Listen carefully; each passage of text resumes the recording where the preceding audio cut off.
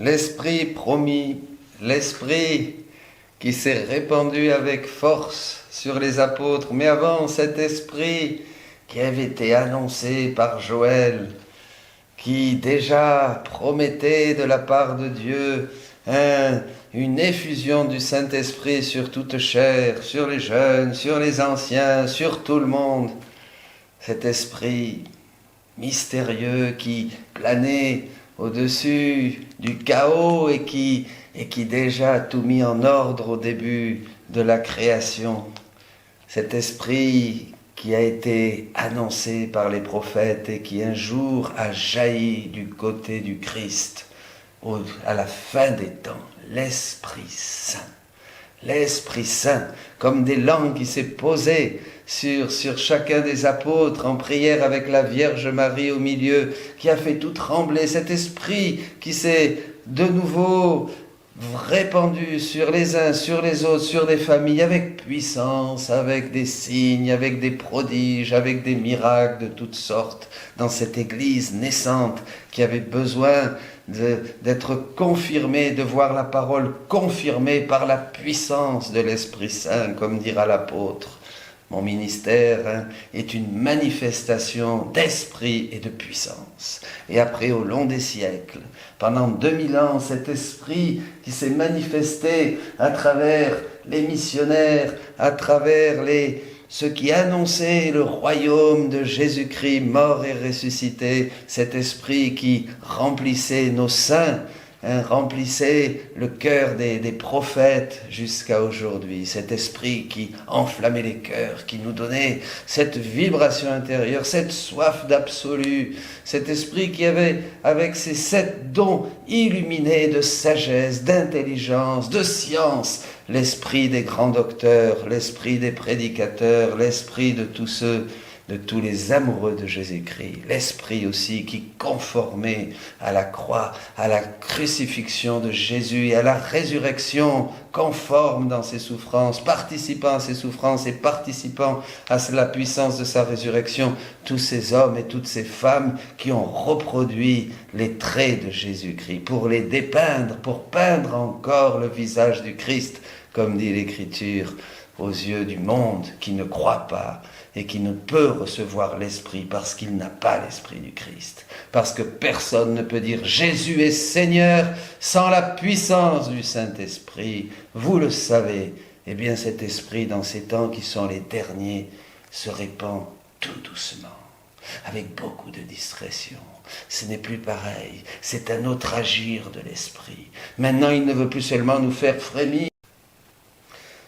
Il le fait encore, bien sûr. Dieu aime tellement prendre ses délices et jouer avec les hommes comme un grand amoureux.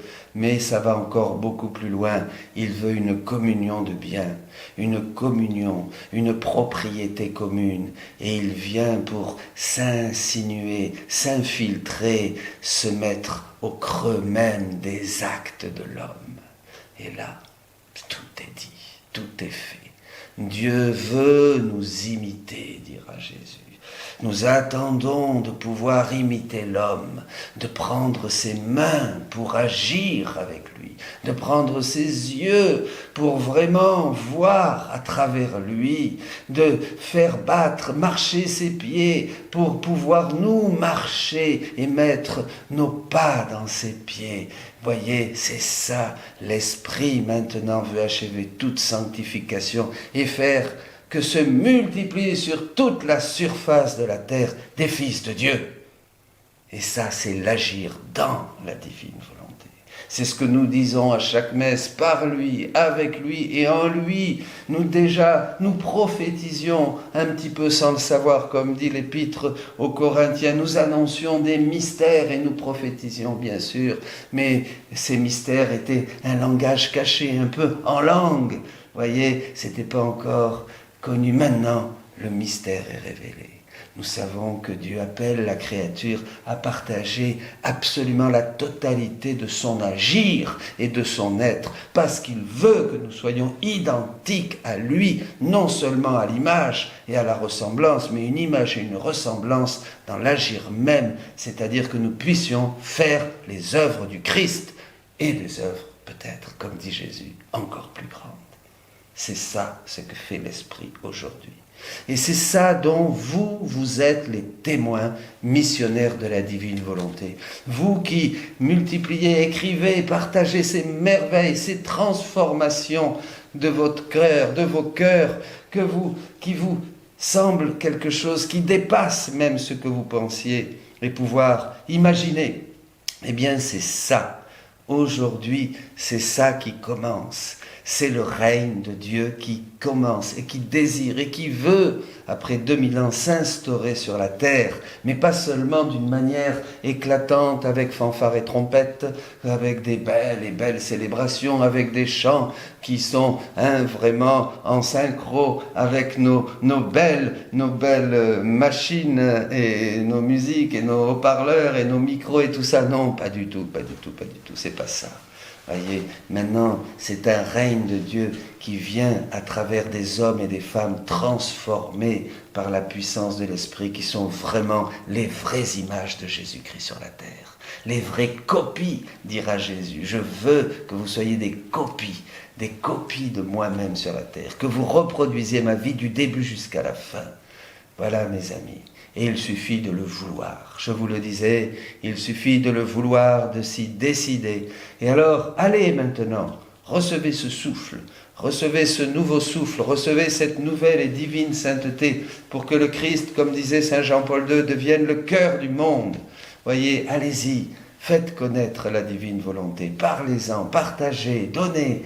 Vas-y, donnez, vous recevrez encore plus. Vous verrez que vous ne pourrez plus vous arrêter de proclamer, comme ils l'ont fait après la résurrection du Christ, les merveilles de Dieu. Eh bien, mes amis, c'est une messe d'envoi, c'est une messe mémorable.